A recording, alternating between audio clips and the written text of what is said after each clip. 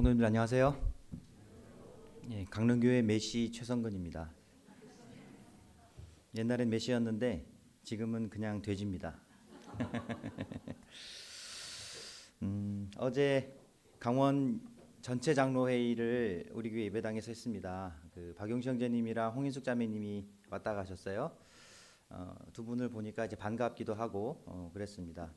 두 분이 원주교회에서도 강릉에서 하셨던 것처럼 이렇게 열심히 풍성하게 이렇게 목회를 하시기를 위해서 우리가 계속 기도해 드려야 되겠다 그런 생각이 들고요.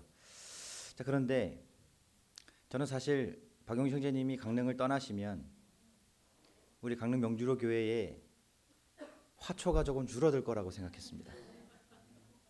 여기 보십시오. 근데 여기 박용시 형제님 떠나시기 전에 여기 화초가 4개였거든요. 지금 9개입니다. 이게 어떻게 된 겁니까 이거? 저는 아닙니다. 제가 그런 건 아닙니다. 아무튼 예.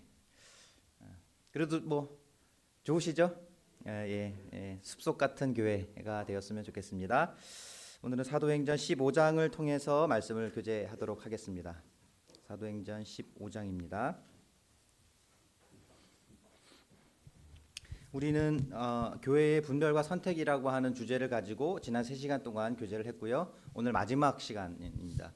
초대교회는 어떻게 문제 앞에서 분별과 선택을 했는가, 그 안에 어떤 그 모습을 보면서 그 안에 들어있는 원리들을 발견하고 우리에게 적용하기를 원합니다. 첫 번째 분별은요, 사도를 세우는 문제였습니다. 두 번째 사도행전 1장이었고요. 사도행전 6장에 가면 7명의 일꾼을 세우는 장면이 나오고요.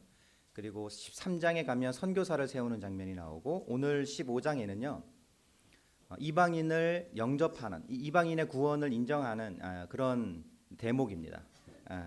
한번 일단 내용을 먼저 잘 분석해서 잘 이해해 보도록 하겠습니다. 읽겠습니다. 어떤 사람들이 유대로부터 내려와서 형제들을 가르치되 너희가 모세의 법대로 할례를 받지 아니하면 능히 구원을 받지 못하리라 하니. 예, 어떤 사람들이 유대로부터 내려왔다 이렇게 되어 있습니다.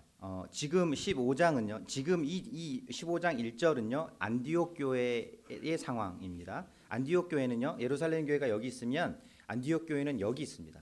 여러분들 기준으로 여기 있어요. 이방 지역에 있었던 교회입니다. 이방 지역에서 이방 사람들이 믿음을 통하여 구원받고 교회를 이루고 그렇게 생활하고 있었어요. 자, 그런데 이 유대 안에 있는 이 예루살렘에 있었던 어떤 사람들이 이방인 교회인 안디옥 교회에 가서 이야기를 하는 거죠. 이방인이 구원을 받으려면 모세의 법대로 할례를 받지 아니하면 구원을 받지 못해, 이렇게 하는 겁니다. 잘못된 가르침을 그들에게 주고 있는 것입니다. 자, 그런데 생각해 볼 부분은 뭐냐면요. 여기 보면 모세의 법대로 할례를 받지 아니하면 이렇게 되어 있잖아요. 이 법대로라고 하는 표현이 우리가 알고 있는 그 노모스, 그 율법이 아닙니다. 전통이라는 뜻입니다. 그러니까 모세가 우리에게 준 전통대로 할례를 받지 아니하면 구원받을 수 없어, 이 말입니다. 이해되시죠? 지금 이 사람들이 말하고 있는 것은 말씀에 관련되어 있는 이야기를 하는 것이 아니라 전통에 관련되어 있는 것을 이야기하는 것입니다. 그러니까 너희들이 구원받으려면 우리가 하던 대로 해야 돼. 우리의 전통대로 해야 돼 라는 말입니다. 우리가 하던 대로입니다. 2절입니다. 바울 및 바나바와 그들 사이에 적지 아니한 다툼과 변론이 일어난지라. 형제들이 이 문제에 대하여 바울과 바나바와 및 그 중에 몇 사람을 예루살렘에 있는 사도와 장로들에게 보내기로 작정하니라. 네, 여러분, 구원은 무엇으로 받습니까? 구원의 수단은 무엇인가요? 믿음입니다. 예. 믿음으로 구원을 받아요. 믿음으로 구원을 받으면 무엇이 임하지요? 성령께서 임하십니다. 이게 그냥 패턴이에요. 복음이 전해지고 복음을 믿으면 구원을 얻고, 그리고 구원을 받으면 성령께서 임하십니다. 이거 말고 다른 거 있으면 얘기 한번 해보시죠. 요거 말고 다른 걸로 구원 받으신 분 용기를 내보세요. 없습니다. 여러분, 없습니다. 자, 그런데 이분 지금 예루살렘에서 올라온 어떤 형제들이 말하는 거예요. 자, 그렇게 구원 받는 건 맞는데 우리가 이스라엘 사람들이 하던 대로 그 전통대로 조금 그것도 해야 돼. 그거 안 하면 이방인들은 구원 받을 수 없어. 즉 굉장히 그들이 그런 전통에 갇혀 있다. 구원은 받았지만 전통에 갇혀 있다라고 하는 느낌을 받으셔야 됩니다. 이해되시죠? 예루살렘에 있는 성전에 가면 이방인의 뜰이 있어요. 이방인들은요 성전에 가면 이방인의 뜰에만 거해야 돼요. 이방인의 뜰을 벗어나잖아요. 그러면 죽입니다. 사도 바울이 로마에 이제 죄인이 되어 가지고 압송해서 올라가잖아요. 그죠? 죄인이 됐단 말이죠. 그가 죄인이 되었던 이유가 뭐였냐면 성전 안에 이방인을 데리고 왔기 때문에 그런 일을 당했어요. 그러니까 그들은 전통이 굉장히 중요한 거예요. 여러분 우리도 전통이 중요하죠? 아니요? 여러분 전통 중요하시죠? 하던 대로 하는 거, 그죠? 내게 익숙한 대로 하는 거. 그 나이 들수록 더 그러는데 이 모치님들 맞잖아요. 그렇죠? 예, 전통이 굉장히 힘이 셉니다. 굉장히 힘이 세요. 전통은. 계속 보겠습니다. 그들이 교회의 전송을 받고 베니게와 사마리아로 다니며 이방인들이 주께 돌아온 일을 말하며 형제들을 다 크게 기쁘게 하더라. 자, 안디옥 교회 안에 그렇게 잘못된 가르침이 이렇게 들어왔어요. 구원을 받으려면 믿고 구원받는 건 맞아. 하지만 모세가 준 전통도 지켜야 돼. 자, 이것 때문에 교회 안에서 싸움이 일어났어요. 이 싸움이 일어났는데 아주 지혜롭게도 안디옥 교회의 성도들은 어떻게 했냐면요. 2절 보시면 바울과 바나바와 그 중에 몇 명의 사람들을 예루살렘에 있는 사도와 장로들에게 보냅니다. 이 문제를 확인하고 이 문제를 해결하기 위해서 바나바와 바울과 몇 명의 형제들, 이 사람들은요, 이 교회의 인도자들이에요. 인도자들을 예루살렘으로 사도들에게 보냅니다. 더 이상 논쟁하지 않아요. 거기에서 일단 스톱하고 이 문제를 해결할 사람들을 선출해서 그 사람들을 예루살렘으로 보냅니다. 여러분 지금 계속해서 사도행전에 나와 있는 초대 교회들이 문제를 해결하는 방식이 어떤 패턴이 있다라고 하는 것을 느껴지셔야 합니다. 예. 그렇게 보내게 돼요. 그래서 그들이 이제 예루살렘에 있는 사도들에게로 갑니다. 자, 가는데 여기 재미있는 일이 있어요. 3절에 보시면은요. 그들이 교회의 전송을 받고 베니게와 사마리아를 다니며 위에서부터 내려오는 겁니다. 이렇게 내려와서 이방인들이 주께 돌아온 일을 말하며 형제들을 다 크게 기뻐하였다. 이렇게 되어 있어요. 기뻐하였다. 이 기뻐하였다라는 말을 직역하면은요. 기쁨을 일으키고 있다입니다. 기쁨을 일으키고 있었다. 그들이 안디옥에서 예루살렘으로 내려가면서 그 가는 여정 동에서도 계속 복음도 전하고 또 하나님의 역사하심을 막 이야기하니까 이 사람들이 기쁨을 막 일으키게 되었던 거예요. 여러분 그런 것 같아요. 우리 교회가 건강한지 안 건강한지를 진단하는 많은 방법들이 있을 수 있겠지만은요. 참 우리 가운데 기쁨이 일어나고 있는가? 그러니까 말씀을 준비하면서 이렇게 말씀을 준비하고 이렇게 정리를 쭉 이렇게 하죠. 그러면 자기 검열을 합니다. 어떤 검열을 하냐면 이게 혹시 우리 성도님들한테 뭐라 그럴까요? 이게 어떤 족쇄가 되지 않을까? 뭔가 뭐 체크리스트처럼 이렇게 다가가지 않을까 하는 이런 거죠. 그런데 여러분 우리가 하는 주님 앞에서 하는 일들이 그거 점검을 해보면 좋을 것 같아요. 우리가 하는 일들이 주님 앞에서 기쁨을 일으키고 있는가? 그렇게 기쁨을 일으키면서 예루살렘으로 내려갑니다. 4절을 보겠습니다. 예루살렘에 이르러 교회와 사도와 장로들에게 영접을 받고 하나님이 자기들과 함께 계셔 행하신 모든 일을 말하매 바리새파 중에 어떤 믿는 사람들이 일어나 말하되 이방인에게 할례를 행하고 모세의 율법을 지키라 명하는 것이 마땅하다 하니라. 네, 이 바울과 바나바와 몇 명의 형제들이 안디옥 교회에 내려와서 사도들과 장로들에게 지금 상황을 말해 주었습니다. 이방인이 구원을 얻으려면 믿음 외에도 모세가 준 그 전통을 지켜야 한다고 하는 가르침이 들어와서 교회 안에 굉장히 큰 문제가 되고 있습니다. 라고 보고를 해요. 자, 보고를 하는데 5절에 보시면 예루살렘 교회 안에 있었던 믿는 성도님들 중에서 바리새파 사람이 있었어요. 그러니까 그가 믿기 전에는 바리새인이었던 거예요. 율법주의에 아주 젖어 있었던 사람이었던 거예요. 그분은 아마 그분을 쥐었자면 아마 율법이 떨어졌을 거예요. 그렇죠? 그런 분이죠. 근데 그 분이 믿는 사람이었지만 일어나서 말하는 거예요. 할례를 받 이 할례를 행하고 모세의 율법을 지키라 하는 것이 마땅하다. 그렇게 하는 게 맞아.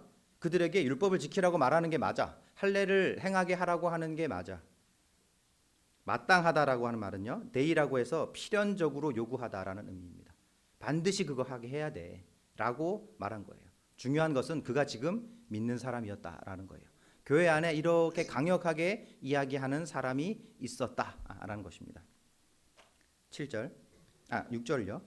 사도와 장로들이 이 일을 의논하러 모여 많은 변론이 있은 후에 베드로가 일어나 말하되 형제들아 너희도 알거니와 하나님이 이방인들로 내 입에서 복음의 말씀을 들어 믿게 하시려고 오래전부터 너희 가운데서 나를 택하시고 또 마음을 아시는 하나님이 우리에게와 같이 그들에게도 성령을 주어 증언하시고 믿음으로 그들의 마음을 깨끗이 하사 그들이나 우리나 차별하지 아니하셨느니라. 여러분 6절에 보세요. 자, 이 문제가 생겼잖아요. 그죠? 자, 이 문제들을 누가 의논합니까? 예, 사도와 장로들이 이 일을 의논합니다. 여러분 이게 무엇을 의미하는지 이해되세요? 사도와 장로들이 이 일을 의논합니다. 여러분 다른 우리가 지금까지 살펴보았던 세 번의 경우에서 어떤 문제가 일어나면 사도들은 보통 어떻게 했습니까? 모든 성도들을 불러 모아서 상황을 설명해주고 그들 가운데 무엇을 시키고 누구를 세우고 그들에게 위임하고 이렇게 했죠, 그죠? 자, 그런데 오늘 이 문제에 대해서는 사도들이 어떻게 합니까? 사도와 장로들만 이 일에 대하여 논의합니다. 교리적인 부분, 아주 중요한 부분에 있어서는 사도들이 일반 성도들과 함께 논의하지 않았다는 거예요.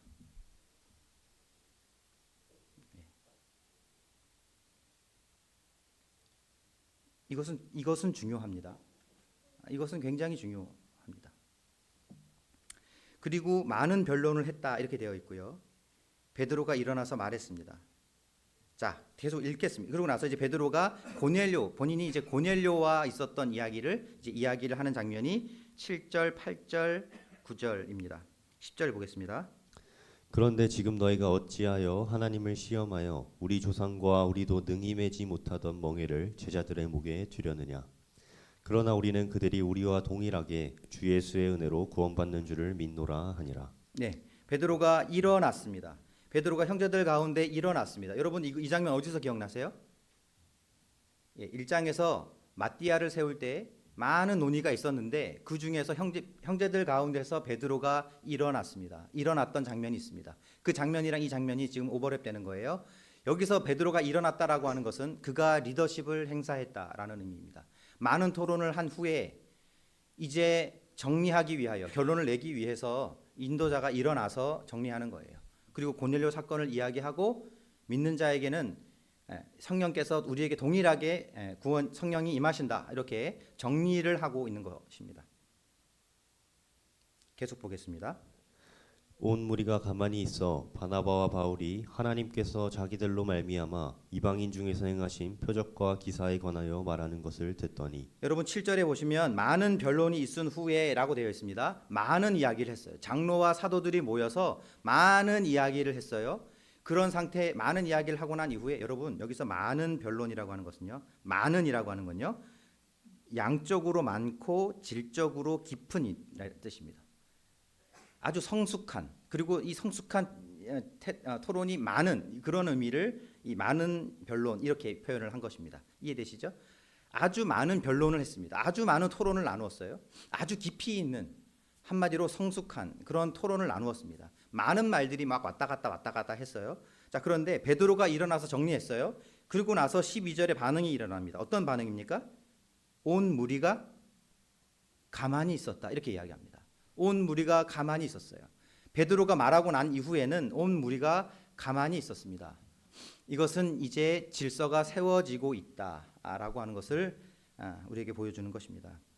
분열 속에서 침묵이라는 것으로 한 마음을 품기를 시작하는 거예요. 그리고 나서 바나바와 바울이 하나님께서 자기들로 말미암아 이방인 중에서 행하신 표적과 기사에 관하여 말하는 것을 이제 들었습니다. 하나님의 역사하심을 들었어요. 베드로에게 임하셨던 그 어떤 성령님의 역사하심을 들었고 이제 바울과 바나바에게 역사하셨던 성령님의 이야기를 그들이 들었습니다. 13절 말을 마침에 야고보가 대답하여 이르되 형제들아 내 말을 들으라. 여보란다. 여보 안녕. 여기서 야고보는요 예수님의 육신의 형제입니다. 그는 초대교회의 베드로와 함께 예루살렘 교회를 이끌었던 대표 장로예요. 으뜸 장로입니다. 야고보는요 하도 기도를 많이 해가지고요 무릎 낙타 무릎이었대요. 무릎 꿇고 기도를 너무 많이 해서 이 무릎이 이렇게 튀어나온 거예요. 그러니까 자기 몸을 망가뜨리면서까지도 망가지는 것도 모르면서도 하나님께 계속 기도했던 그런 본을 보였던 그런 인도자였습니다. 말을 마치자 베드로와 이제 사도 바울과 바나바가 말을 마치자 베드로가 대답하여 이제 이 말하기 시작합니다. 교회 인도자가 다시 말하기 시작하는 거예요. 14절. 하나님이 처음으로 이방인 중에서 자기 이름을 위할 백성을 취하시려고 그들을 돌보신 것을 시므온이 말하였으니 시몬은 베드로입니다. 선지자들의 말씀이 이와 일치하도다. 기록된 바 이후에 내가 돌아와서 다윗의 무너진 장막을 다시 지으며 다윗의 무너진 장막을 다시 짓는다는 것은 메시아가 등장할 것이다라는 말입니다.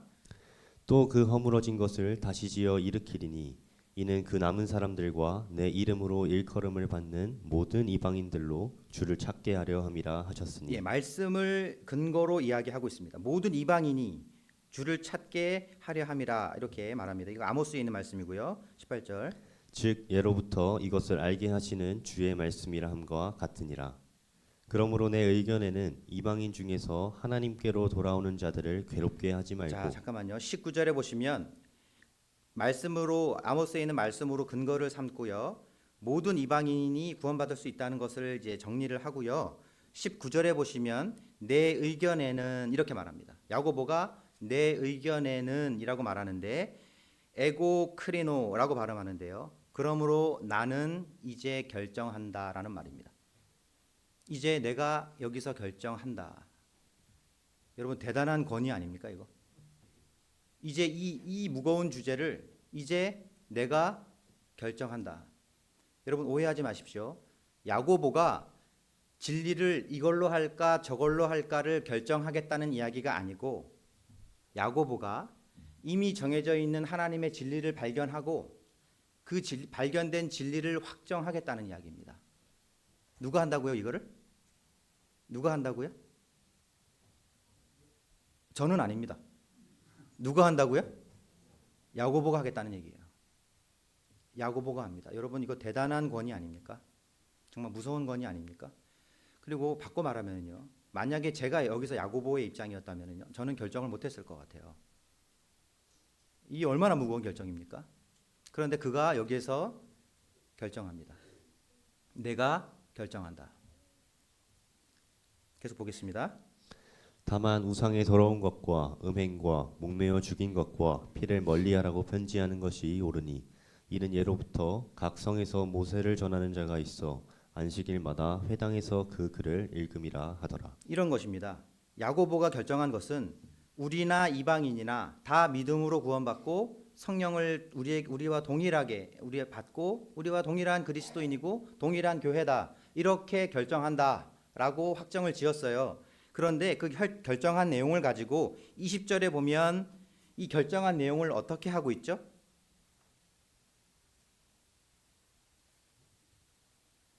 무슨 단어가 보이세요, 여러분? 편지입니다. 이렇게 결정된 내용을 편지로 써서 보내겠다라는 말입니다. 여러분, 여기서 편지는 무엇을 의미할까요? 오늘날로 말하면요, 문서화하겠다는 이야기입니다. 여러분, 빌레몬서 할 때 제가 말씀드렸던 거 기억하시죠? 내가 대신 갖겠다 하고 옆에 사인했다 그랬잖아요, 그죠? 그게 법적인 효력을 갖는다 그랬죠. 예, 이거 마찬가지입니다. 예, 고대 근동에서 당시 편지의 기능은요, 결정의 고정이 있었고요, 권위의 보존이 있었고, 동일한 적용을 보장했고요, 후대에 참조시켰습니다. 그리고 공동체의 결정을 문서화하고 서면화했습니다. 그런 기능을 하는 게 편지예요. 그러니까 단순히 우리끼리 모여서 야 우리 이렇게 하자 하고 끝낸 게 아니라 정확한 문구로 모든 믿는 자는 믿음으로 구원받는다라고 써서 편지로 보낸 거예요. 이해되시죠? 제가 올해 목회 이제 들어서면서 제 마음속에 강릉 명주로 교회의 재정 사용에 대해서 조금 명문화해야 되겠다라는 생각을 했어요. 우리 성도님들의 피 같은 헌금을 기준 없이 인도자들의 마음대로 즉흥적으로 이렇게 써서는 안 된다라는 생각을 했습니다. 그래서 전영석 형제님한테 부탁을 드렸어요. 형제님, 우리 교회가 재정 사용은 어떻게 한다라고 하는 기준을 좀 만들어 주세요. 하고 올해부터 만들어서 그것을 계속 수정해 가면서 적용하고 있습니다. 이해되시죠? 그래서 특별한 문제가 아니면 그 기준에 따라서 사용합니다. 마음에 드세요? 아니면 성령의 인도하심이라고 하는 것을 전제로 기준 없이 그냥 쓸까요? 어떻게 하세요? 원하시는 대로 해드린다니까. 저는 성도님들이 원하면 한다니까요. 네, 성령님이 우리를 어떻게 인도하실지 모릅니다. 그래서 거기에 우리는 대응할 수 있어야 해요. 하지만 원칙은 있어야 됩니다. 그렇죠? 디모데전서, 목회 서신서라고 불리우죠. 교회가 어떻게 운영되어져야 되는가? 디모데전서 6장에 가면 재물에 대한 이야기 나옵니다. 교회가 어떻게 운영되어져야 되는가에 대한 이야기를 할 때 교회의 재물관에 대해서 나온다고요. 교회는 우리 헌금에 대하여 투명하고 원칙이 있고 그래야 합니다. 질서가 있어야 합니다. 그러기 위해서는 문서화해야 합니다. 야고보가 이 진리에 대하여 문서화했습니다. 그리고 이 문서화한 것을 편지로 써서 이제 이방에 있는 교회들에게 보내게 되는데 뒤에 보면 아시겠지만 보낼 때 그냥 보내지도 않아요. 예루살렘 교회에 덕망이 있고 믿을 만한 장로 형제님들을 같이 보냅니다. 이 편지의 신빙성을 더하게 하기 위해서. 이해되시죠? 예, 이런 상황이었습니다. 22절. 이에 사도와 장로와 온 교회가 그 중에서 사람들을 택하여 바울과 바나바와 함께 안디옥으로 보내기를 결정하니 곧 형제 중에 인도자인 바사바라 하는 유다와 실라더라. 네, 유다와 실라입니다. 이 사람들을 같이 보내게 되는 거예요. 22절에 전반전에 보시면 사도와 장로와 온 교회가 그 중에서 사람들을 택하여 보냈다 이렇게 나오잖아요, 그죠? 그러니까 사도와 장로가 인도하고 의논하고 결정했어요. 그리고 온 교회가 그 결정을 수용한 것입니다. 지금 사도행전에서 우리가 앞에서 살펴봤던 세 번의 시간들을 통해서 이 구조가 계속되고 있다고 하는 것을 우리가 알 수 있는 것입니다. 예. 23절. 그 편에 편지를 붙여 이르되 사도와 장로된 형제들은 안디옥과 수리아와 길리기아에 있는 이방인 형제들에게 문안하노라. 이방인들에게 보낸 거죠. 24절. 들은즉 우리 가운데서 어떤 사람들이 우리의 지시도 없이 나가서 말로 너희를 괴롭게 하고 마음을 혼란하게 한다 하기로 사람을 택하여 우리 주 예수 그리스도의 이름을 위하여 생명을 아끼지 아니하는 자인 우리가 사랑하는 바나바와 바울과 함께 너희에게 보내기를 만장일치로 결정하여노라. 그리하여 여러분 여기서 만장일치로 결정하여노라 이 말 어떻게 생각하세요? 한 명도 반대함이 없이 그 뜻일까요? 이게 그 뜻이 아니고요. 토론이 끝난 후에 도달한 합의 상태에 머물다라는 의미입니다. 그러니까 토론할 때는 많은 일들이 이야기가 있었어요. 아까도 이야기했지만 바리새인 출신의 형제님들은 율법을 지켜야 된다고 말했잖아요. 그 자리에서. 그죠? 그런데 결론은 아니다. 믿음이다라고 이야기를 했죠. 자, 그러면 그 바리새인 형제님들은 이것을 동의하기가 처음에는 어려웠을 거예요. 하지만 많은 토론과 질서 가운데서 어떠한 결정이 되어졌을 때 그 결정을 내가 수용한다. 이것을 성경에서는 만장일치다라고 말하는 거예요. 여러분 그런 얘기 하지 마세요. 교회는 만장일치여야 해. 여러분 그런 얘기 하지 마세요. 그 성경에서 말하는 게 아닙니다. 그리고 또 하나는요. 여러분 만장일치 있습니까? 있던가요? 있다고 하시는 분 손 좀 한번 들어보시죠. 예, 그런 게 아닙니다. 성경에서 말하는 만장일치는 그런 게 아니라 우리의 성숙함으로 다른 의견을 수용하고 합의된 결론에 도달하는 것이에요. 그것을 만장일치다. 내가 그 결정에 함께 하겠다라는 거예요. 이게 얼마나 성숙한 태도입니까? 그렇죠? 예. 계속 읽겠습니다. 그리하여 유다와 실라를 보내니 그들도 이 일을 말로 전하리라. 성령과 우리는 이 요긴한 것들 외에는 아무 짐도 너희에게 지우지 아니하는 것이 옳은 줄 알았노니 우상의 제물과 피와 목매어 죽인 것과 음행을 멀리할지니라. 이에 스스로 삼가면 잘되리라 평안함을 원하노라 하였더라. 여기 보시면 우상의 제물과 피와 목매어 죽은 것과 음행은 멀리하라 이렇게 되어 있습니다. 이방인들에게 이렇게 얘기했어요.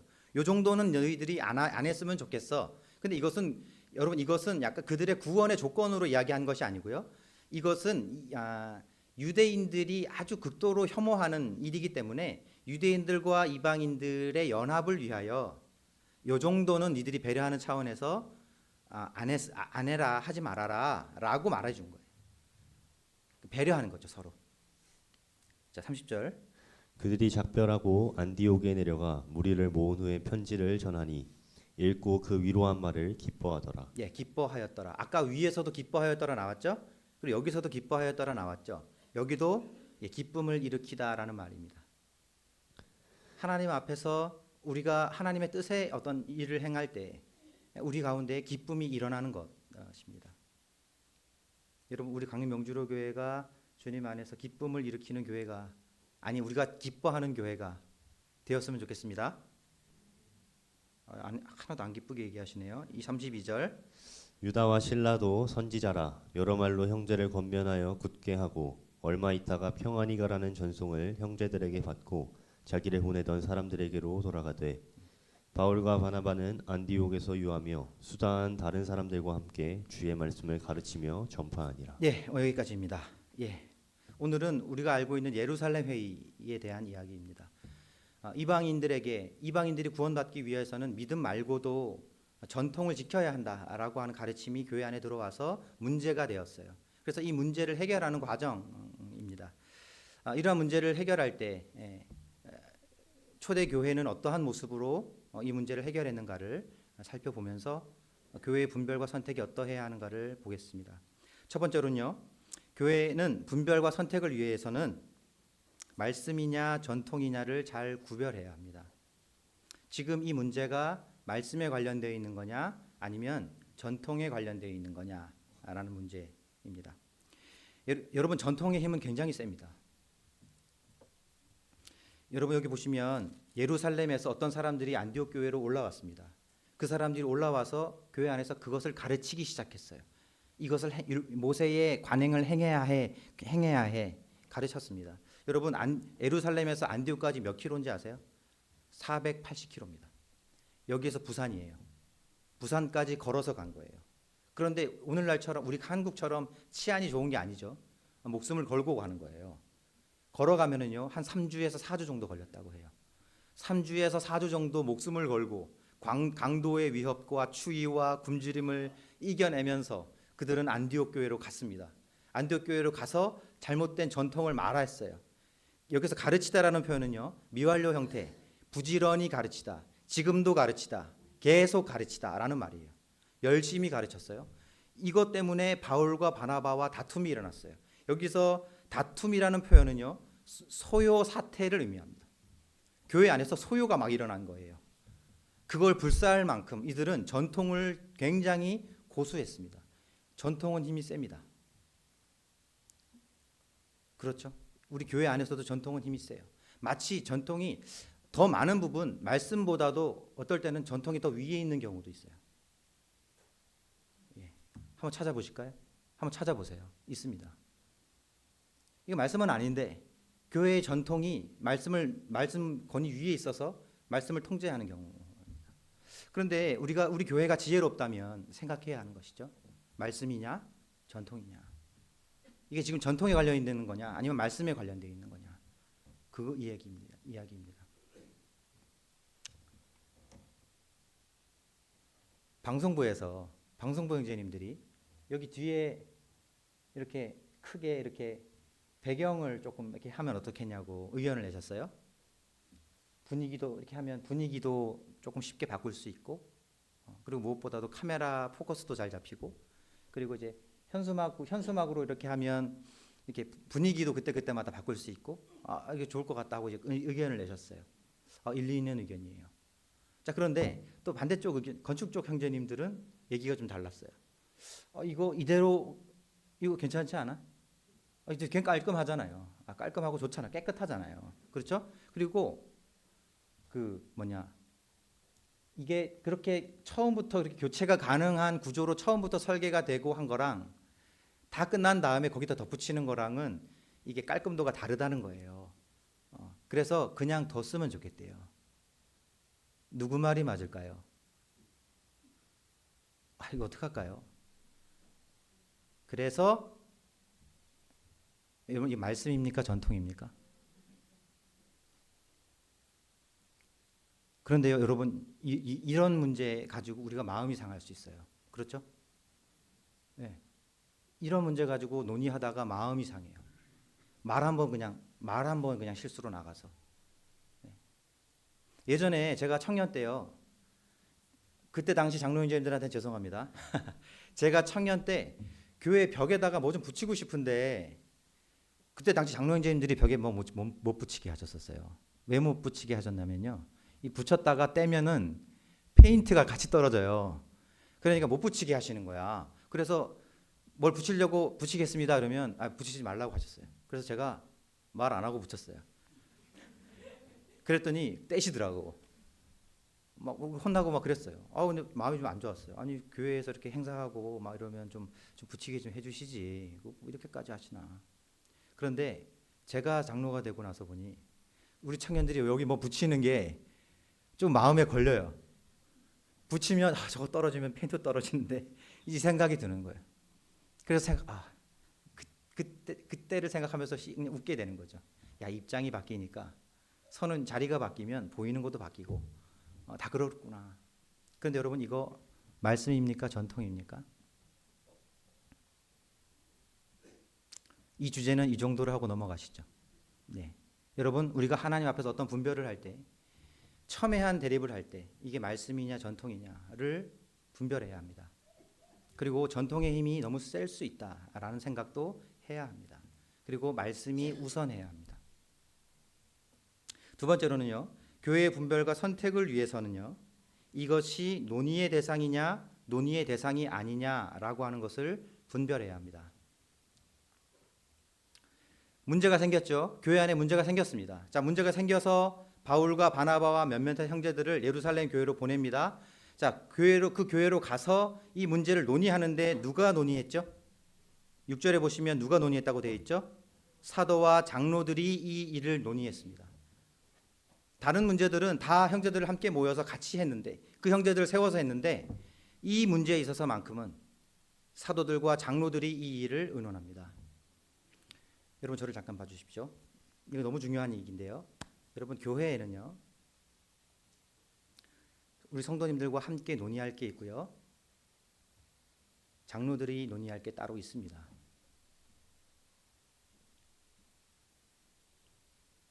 여러분 그거 인정해 주시기 바랍니다. 모든 것들을 다 우리 성도들에게 이야기하고 모든 것들을 다 논의하고 그렇게 하는 게 아닙니다. 우리 희성이를 데리고 저희가 어디 처갓집을 가거나 멀리 가게 되면 안전벨트를 채우죠. 안전벨트를 채웁니다. 부모가 희성이한테 너 안전벨트 찰래 안 찰래 물어볼 것 같으세요? 안 물어볼 것 같으세요? 안 물어봅니다. 여러분들 자녀를 키우시면서 가정을 이끌어 가시면서 모든 문제를 자녀들과 논의할 수도 있고 하지 말아야 될 거 있죠. 다 논의하십니까? 아닙니다. 그렇지 않습니다. 일전에 제가 말씀을 드렸었는데요. 저희 아이를 데리고 유아 검진을 받으러 갔습니다. 유아 검진을 전체적으로 쭉 받았어요. 의사 선생님이 우리 부모를 상담해 줬어요. 이렇게 이야기했습니다. 아이가 한 두 돌 정도 지났을 때였었는데 아이가 못 알아듣는 것 같아도 알아들으니까 무엇을 하든지 간에 아이에게 이야기하십시오. 아이에게 설명해 주세요. 지금 왜 이 일을 하는지 설명해 주라는 거예요. 그리고 이해시켜 주래요. 못 알아듣는데 알아듣는데요. 그 기운, 그 어떤 이런 느낌 이런 걸로 이 아이가 알아들으니까 아이에게 말해 주래요. 자, 그런데 두 가지 경우에서는 말해주지 말으래요. 그리고 두 가지 경우에서는 이 아이의 이야기도 듣지 말으래요. 절대로 타협하지 말으래요. 그 두 가지가 뭐였을까요? 아이의 건강과 아이의 안전입니다. 절대적으로 중요한 부분에 있어서는 아이와 대화하지 말라는 거예요. 타협하지 말라는 거예요. 이해되시죠? 예, 여러분 교회가 그렇습니다. 그래서 때로는 장로님들이 또 장로님들만 어떤 일들을 의논하고 결정할 수 있습니다. 그리고 어떤 일들은 집사 형제님들과 결정할 수 있습니다. 예, 여러분 그 교회는 그렇습니다. 여러분 희성아 안전벨트를 멜지 안 멜지 우리 엄마랑 너랑 나랑 다수결로 할까? 여러분 얼마나 이게 웃기는 얘기입니까 이거? 그렇죠? 이것이 논의의 대상이냐 아니냐를 우리 교회가 잘 분별해야 합니다. 세 번째로는요. 교회 분별과 선택을 위해서는요. 토론이 충분하고 성숙했는지를 살펴야 합니다. 여기 보시면 7절에 보시겠습니다. 많은 변론이 있은 후에라고 되어 있습니다. 많은 변론이 있은 후에. 많은 변론이라고 하는 건 아까 말씀드렸던 것처럼 양적으로도 많고 질적으로도 성숙한이라는 의미입니다. 그런 토론이 있었습니다. 자, 그런데 여기 보시면 많은 토론이 있은 후에 베드로가 일어나서 정리합니다. 침묵으로 성도들이 동의해요. 그리고 나중에 야고보가 말합니다. 내가 결정한다. 뭔가 이 교회 안에 굉장히 강력한 권위가 있었다고 하는 것을 알 수 있죠. 인도자들이 그것을 정리했어요. 인도자들이 그것을 정리하는 것이 필요합니다. 자, 그런데 그 인도자들이 그러한 것들을 정리하기 이전에 어떤 일이 있었는가를 살펴야 되는데 그게 뭐냐면 많은 변론입니다. 많은 대화와 많은 어떤 토론이 있었는가 그것을 해야 한다는 이야기죠. 이해되시죠? 자, 그런데 여러분 여기서 많은 변론은요 2절에 나와 있는 변론이랑은 다른 단어입니다. 2절에도 변론이 나오죠. 2절의 변론은요 즉 무질서한이라는 의미입니다. 무질서하게 의미 없는 토론을 막 하는 거예요. 그게 2절에 있는 내용이고요. 7절에 있는 변론은요 정말 이 교회를 지켜내기 위한 아주 깊이 있는 토론이에요. 네. 근데 2절에 있는 변론을 할 때는 형제들이 어떻게 했습니까? 이제 그만하고 형제들을 세워서 예루살렘으로 보냅니다. 이제 변론하지 않아요. 이제 그만합니다. 자, 그런데 7절에 있는 변론은요. 많은 변론을 했다라고 이야기합니다. 성숙한 토론이 있어야 한다고 하는 것이에요. 충분하게 많은 토론이 있어야 된다고 생각하는 거예요. 있어야 한다고 하는 것입니다.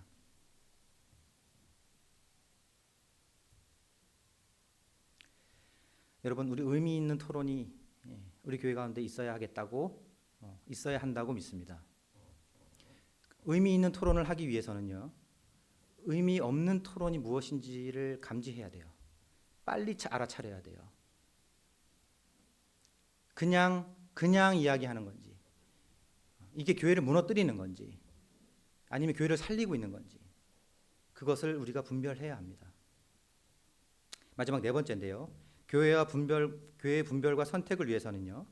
성령님의 도우심이 있어야 합니다. 이게 최종적인 것입니다. 교회가 올바른 분별과 선택을 하기 위해서는요. 성령님의 도우심이 있어야 합니다. 저를 잠깐 봐주시겠어요? 성령님들?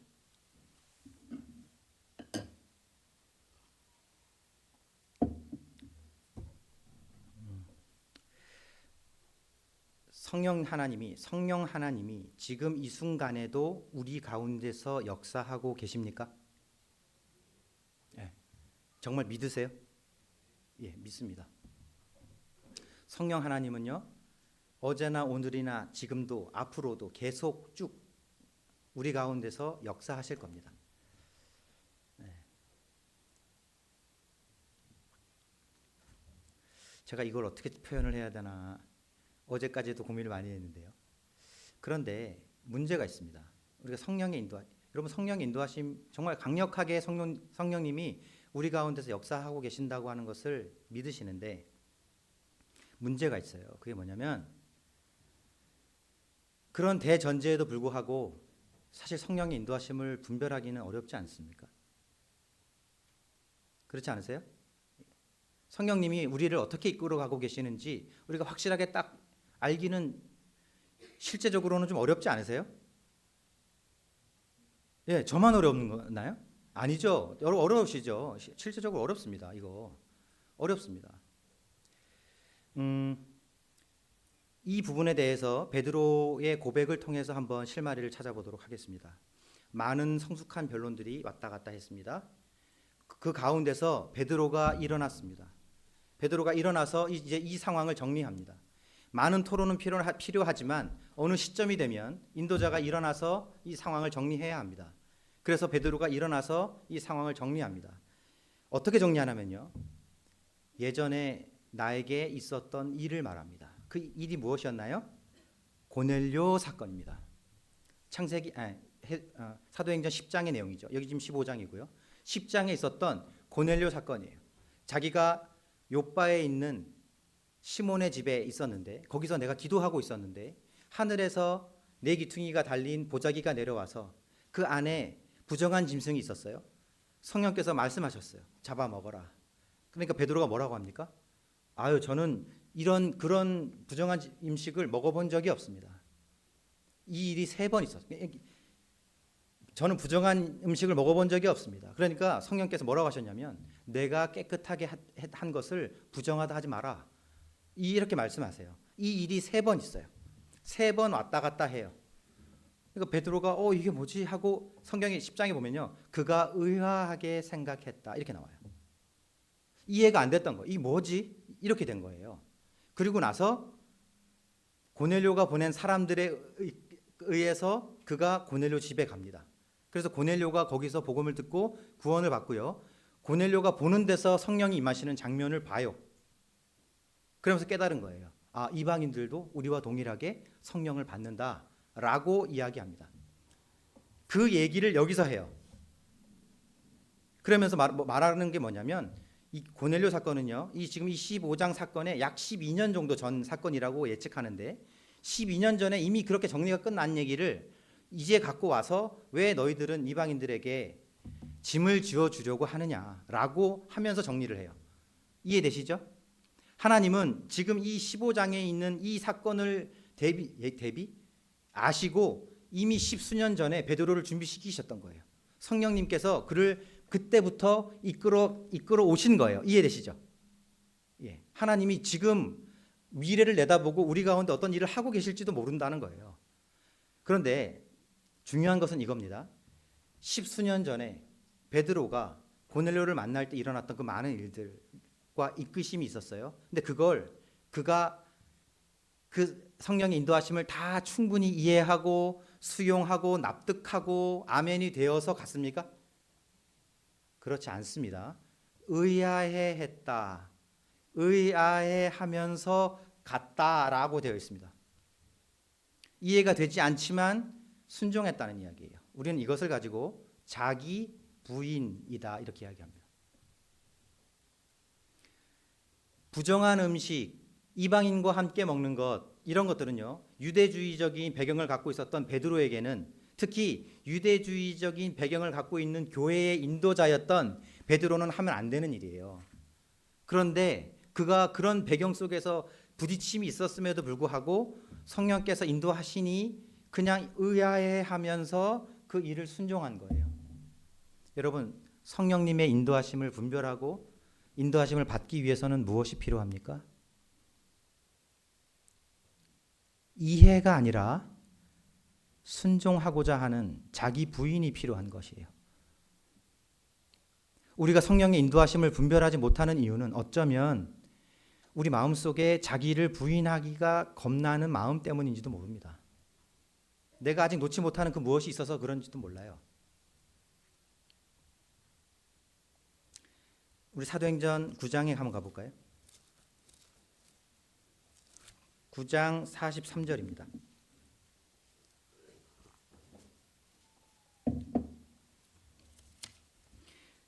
같이 읽겠습니다. 시작.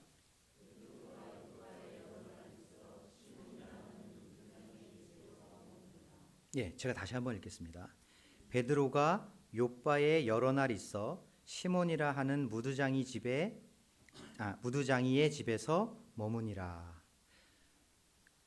베드로는요 이때 당시에 욥바에 있었고 시몬이라는 사람의 집에 있었고 그 시몬은 무두장이었어요. 그곳에서 여러 날 머물렀습니다. 근데 요 43절은요 베드로가 고넬료를 만날 때예요. 그러니까 베드로가 고넬료를 만날 때 욥바에서 시몬이라 하는 무두장이 집에 오랫동안 거주하고 있었을 때입니다. 이해되시죠? 여러분, 베드로는요 당시 이스라엘의 대표적인 교회의 우두머리 인도자였습니다. 그렇죠? 욥바는요 이스라엘에서 이방 세계로 나가려면 반드시 지나가야 할 항구 도시입니다. 그가 욥바 그런 유대주의적 교회의 인도자가 이방 세계로 뻗어나가는 그 항구에 머무르고 있다라고 하는 것은 사도행전 전체 문맥상 상징적인 의미가 있죠. 이해되시죠? 자, 또 보겠습니다. 그런 상황에서 시몬이라고 하는 무두장이의 집에 그가 있었어요. 무두장이는요 가죽 세공사예요. 가축의 가죽을 벗겨서 가죽으로 뭘 만드는 사람이에요. 그런데 이 무두장이는요 시체를 다루는 직업이라 해서 사람들에게 천대를 받던, 사람들과 마치 문둥병자 같이 이렇게 거리를 띄워놓고 살았던 그런 사람이에요. 이해되시죠? 네. 그가 그런 사람의 집에 지금 가 있는 겁니다. 무두장이는요 아내가 남편이 무두장이가 돼서 결혼할 때는 무두장이가 아니었는데 결혼하고 난 이후에 무두장이가 됐거나 아니면 결혼하고 봤더니 무두장이었어. 이러면 이 여자가 합법적으로 이 남자한테 이혼하자고 요구할 수 있었대요. 고대 근동에서 여자가 남자에게 이혼하자고 요구하는 건요 있을 수 없는 얘기예요. 그런데 그것이 허용되는 유일한 일, 상대방이 무두장이었을 때예요. 이 무두장이가 어떤 사람인지 아시겠죠? 어떤 위치에 있는지 아시겠죠? 그죠? 자, 당대 유대교의 최고 지도자, 사도들 중에서도 으뜸이었던 자가 지금 이방 세계로 뻗쳐나가는 그런 항구 도시에서 무두장이와 같이 가장 낮은 자리에 그 사람의 집에 가서 있는 거예요. 왜 거기 가 있었을까? 욥바에서요 도르가라고 하는 여인이 죽습니다. 그래서 그 여인을 다시 살려줘요. 베드로가 그걸 살려주니까 죽었던 사람을 살렸다고 해서 사람들이 그 일을 통해서 구원받는 일이 많이 일어나게 돼요. 거기에 돌봐야 할 양들이 생긴 거예요. 그래서 베드로가 욥바에서 예루살렘으로 와야 되는데 못 오고 그 양을 돌보기 위해서 욥바에 머물었는데 머물기 위해서 무두장이의 집이라도 그가 거기 가서 거했던 거예요. 자기를 부인하고. 이해되시죠?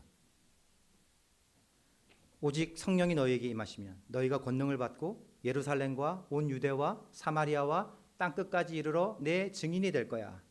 증인이 되라 라고 하는 말씀을 베드로가 지금 하고 있는 거예요. 여러분, 제가 드리고 싶은 말씀은 이겁니다.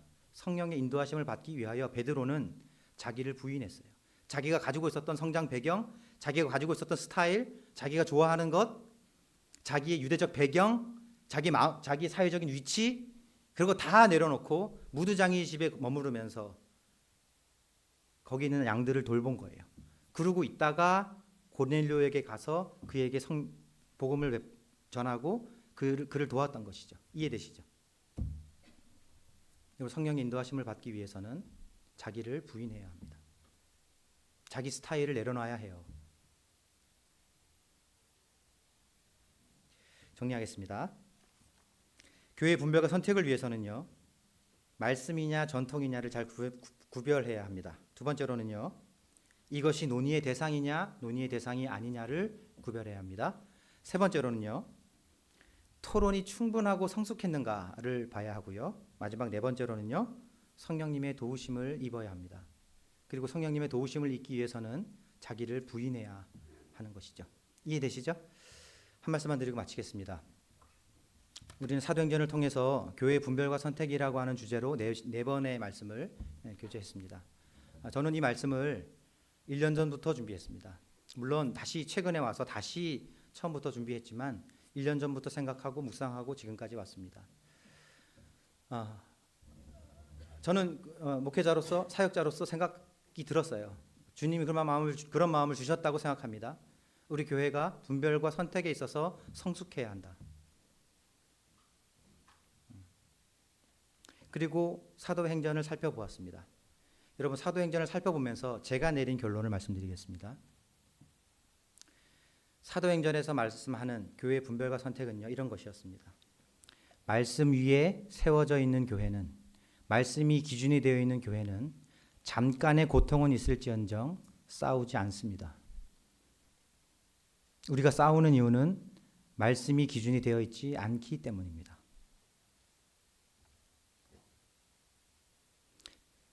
네 번의 선택 전부 하나님의 말씀에 입각했습니다.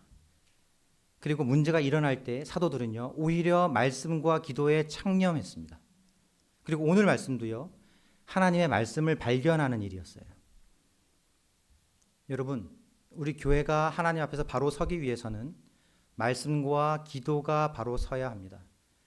교회 안에 문제가 발생했는데 사도들이 문제를 쫓아가지 않고 오히려 기도하고 말씀을 보는 곳으로 갔다고 하는 것을 우리가 기억해야 합니다. 우리가 정말로 하나님 말씀 앞에 바로 서 있는 교회가 되어야 하겠습니다. 기도하시겠습니다.